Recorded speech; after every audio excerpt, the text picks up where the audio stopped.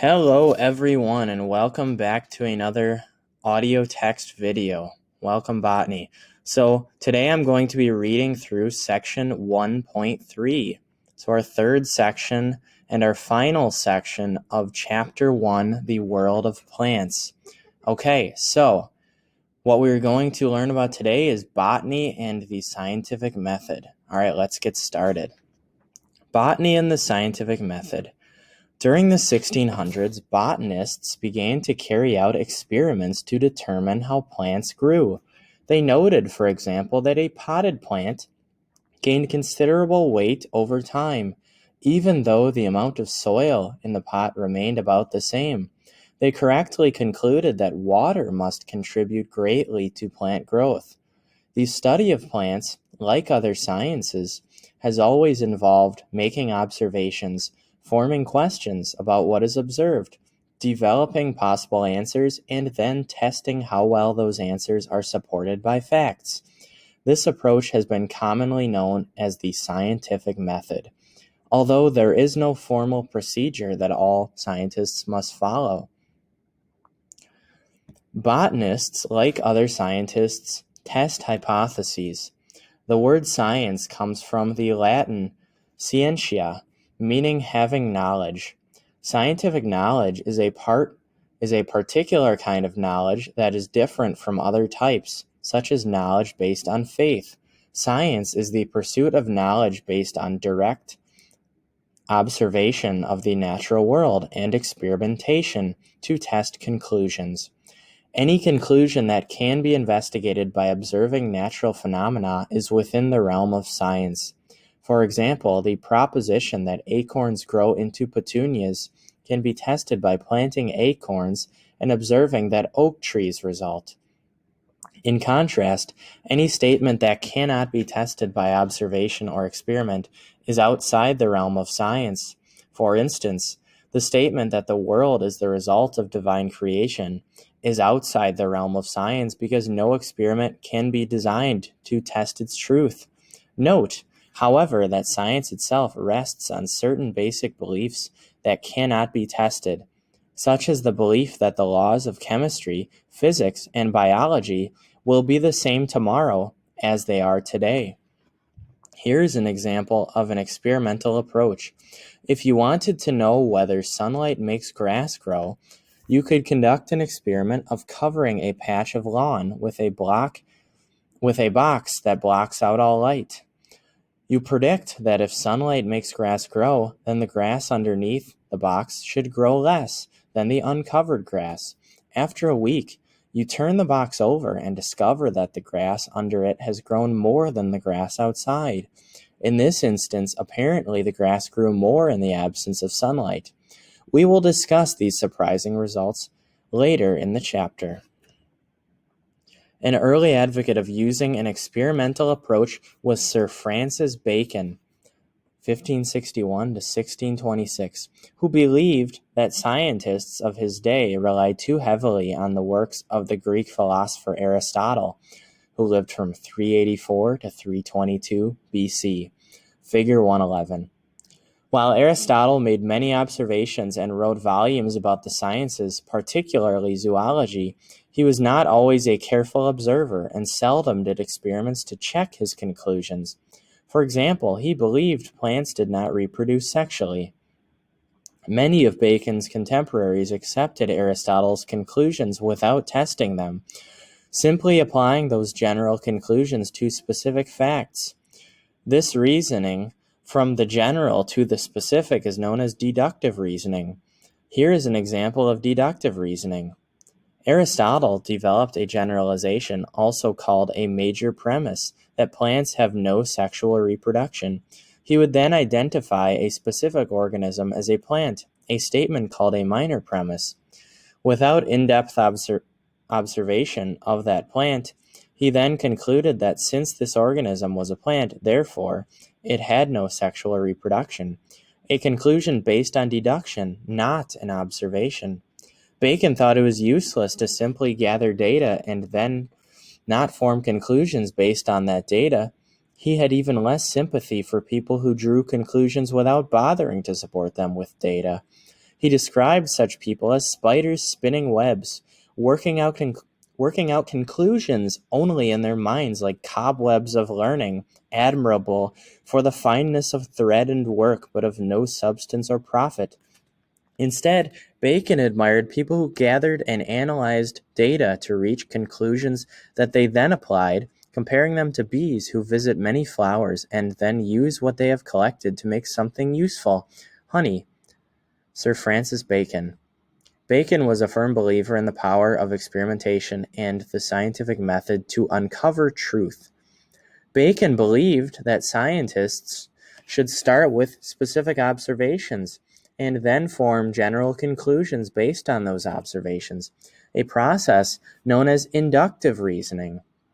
Consider, for example, the observations that many plants produce pollen that bees transport from the flowers of one plant to the flowers of another. Later observations reveal that part of the pollinated flower develops into a fruit containing seeds that give rise to the next generation, while unpollinated flowers do not develop fruits or seeds. Considering this information, a tentative conclusion might be that plants have sexual reproduction. Here is another example from botany to illustrate how inductive reasoning works. We might observe that flowering plants grow towards the light, and we might wonder if it is the leaves that detect light. Figure 112. Therefore, we cover the leaves so that the light does not reach them, and then observe that the plant still grows towards the light. We then try covering the flowers with the same result. However, when we cover just the top of the stem or apex, we observe that the plant no longer grows toward the light. From these observations, we conclude that the apex detects light. Actually, this discovery was made by the famous English naturalist Charles Darwin, who published a book called The Power of Movement in Plants in 1880. Later, it was discovered that the apex responds specifically to blue light. Although scientists do not all follow a strict set of steps, the following activities summarized in Figure 113 generally describe how scientific knowledge is acquired. Figure 112, Charles Darwin's experiment with stems detecting light. Charles Darwin published his results on a number of different scientific studies in addition to his works on evolution. Through experimentation, he discovered that the tip of a stem detects light. If the tip is covered, the stem does not grow towards the light. If uncovered, the tip bends in the direction of the light. Number 1. Observation and data gathering. Scientists often collect information without at first trying to explain it. For example, many types of plants in various locations all seem to grow toward light. In terms of our examples, the light shines on many parts of the plant, at least one of which must detect light. We might shade various parts of the plant to see if it still turns towards light. Observations, however, may be inaccurate because of changes in the environment or problems with the observer or equipment. As you know, an observation of a distant lake in the desert can be an optical illusion known as a mirage. Also, different observers may have markedly different descriptions of the same event. Number 2, critical question formation. Scientists ask critical questions, both before and after they make observations. In our example, a critical question is, which part of the plant detects light? Hypothesis formation. A hypothesis is a tentative answer to a question, attempting to link together data in a cause and effect relationship. You might think of a hypothesis as an educated guess that can be tested. In our example, the first hypothesis is that the leaf detects light and causes the plant to grow towards the light. If one event follows another that does not demonstrate a cause and effect relationship, if the bell in a clock tower sounds every morning just after you walk into class, this does not mean that you caused the bell to sound. Neither are roosters responsible for the sun rising, although they may well think so. By contrast, a legitimate cause and effect relationship is a bee's visit to a flower and the flower's seed formation. Bees carry pollen from one plant to another, which may lead to fertilization and the subsequent development of the embryo. However, only a careful series of observations supported this cause and effect relationship. Number 4. Hypothesis testing. Each hypothesis is put to critical tests that may or may not support it. Moreover, the hypothesis must be at least potentially falsifiable or incorrect. The statement that leaves enable plants to detect light is a hypothesis because it can be tested. To see if the leaves detect light, we can remove them or cover them with foil and see if the plant still grows towards the light. Number 5. Hypothesis acceptance, modification, or rejection. To determine what part of a plant detects light, we might have to go through several rounds of proposing, testing, and rejecting hypotheses. For example, neither leaves nor stems turn out to be the part of the plant that detects light. Only when Darwin shaded the very top of the stem did the plant cease to grow towards the light. Often a hypothesis must be tested under different conditions or for a longer period of time. An example is the experiment that seemed to indicate that grass grows faster in darkness than in light. Actually, this is true only for the short term. If we place a box that blocks out all light over a part of a lawn, the grass under it elongates more rapidly for a period of days. In response to the darkness, the stems grow longer toward the light, but if left in darkness, the grass would die. Grass needs sunlight and photosynthesis to produce food for long-term growth, even though growth in the light is slower than growth in the dark on a day-to-day basis. A supported hypothesis can raise new questions. For instance, how does the detection of blue light by the apex cause a flowering plant to grow toward the light? What is the blue light receptor in the flowering plant? And why does the plant detect blue light but not green light? Do all plants detect light in the same way? If a hypothesis survives all challenges, it may be the correct explanation, but it may have only limited application. After all, hypotheses are formed based on a number of specific experiments.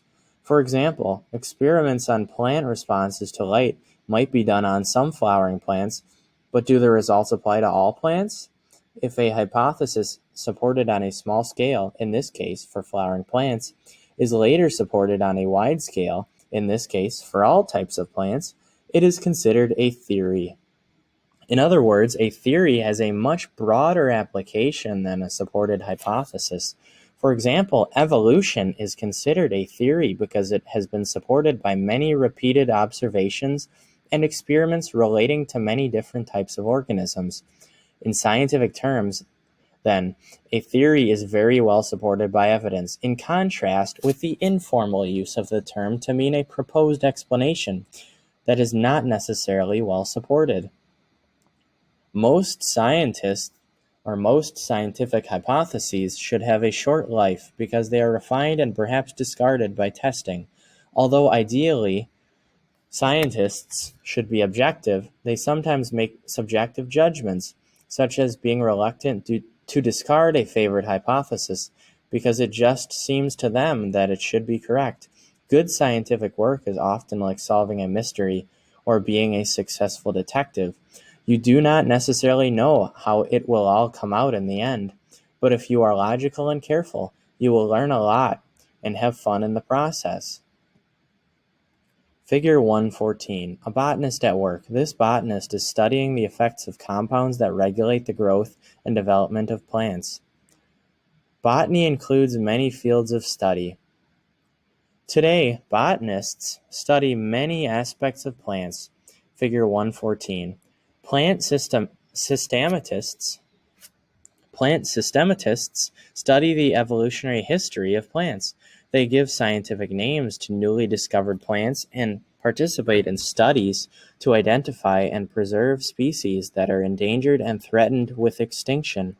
Plant physiologists study how plants function, focusing on such aspects as photosynthesis, flowering, and the action of hormones. Physiologists study gene action, and methods for isolating useful genes and moving them from plant to plant. Plant morphologists are interested in plant life cycles, and particularly in how plants reproduce. They also study the evolution of plants and how life cycles and anatomy have changed over time. Plant ecologists determine how plants relate to other organisms in their environment and how plants meet their needs while coping with variables like temperature and rainfall. Some ecologists study human effects on the environment and how humans have contributed to increased rates of extinction of plant species. Plant geneticists investigate the transfer of genetic information from one generation to the next.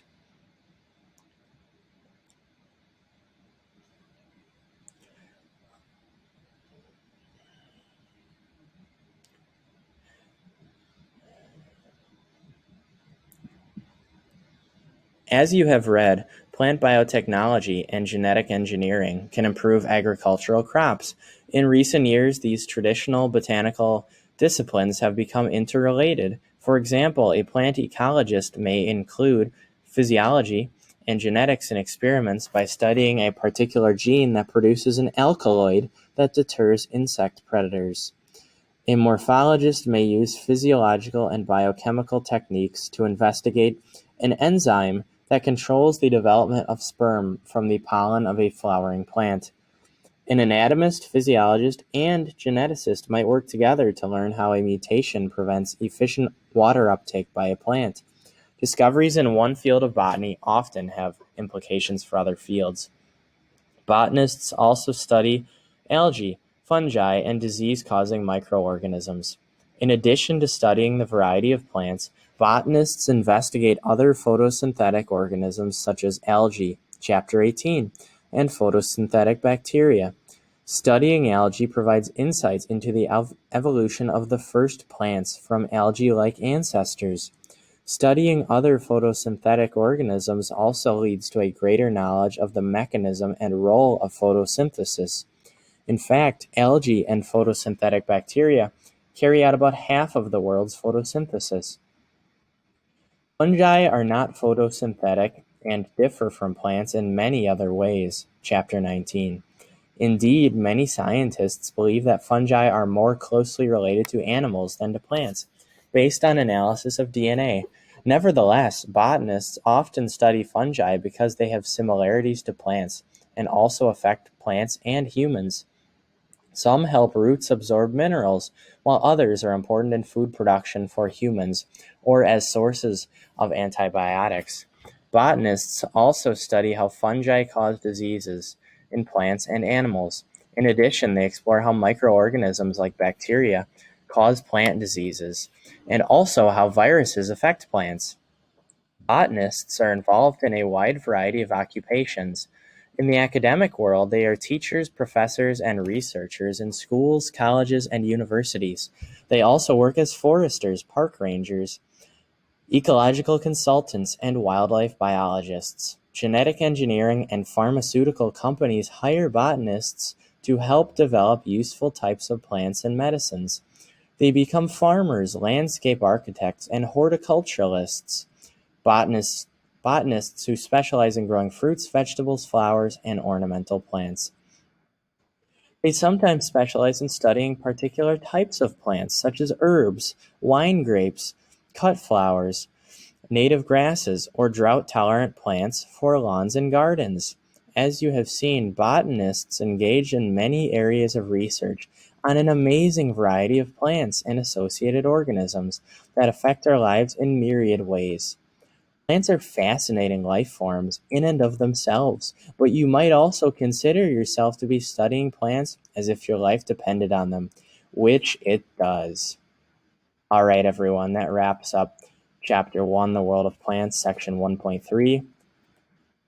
You don't have to answer any of these questions, but feel free to look over that summary and complete that section or that Chapter 1, Section 3 worksheet submitted on Classroom. All right, everybody, take care. Have a great day.